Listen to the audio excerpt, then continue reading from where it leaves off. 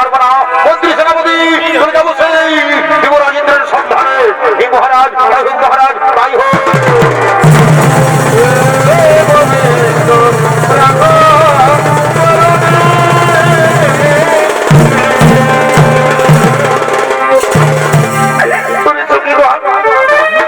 আমরা এখন করি যে পাই, কেমন করে অত্যাচারী অসুরের হাত থেকে রক্ষা পাবো?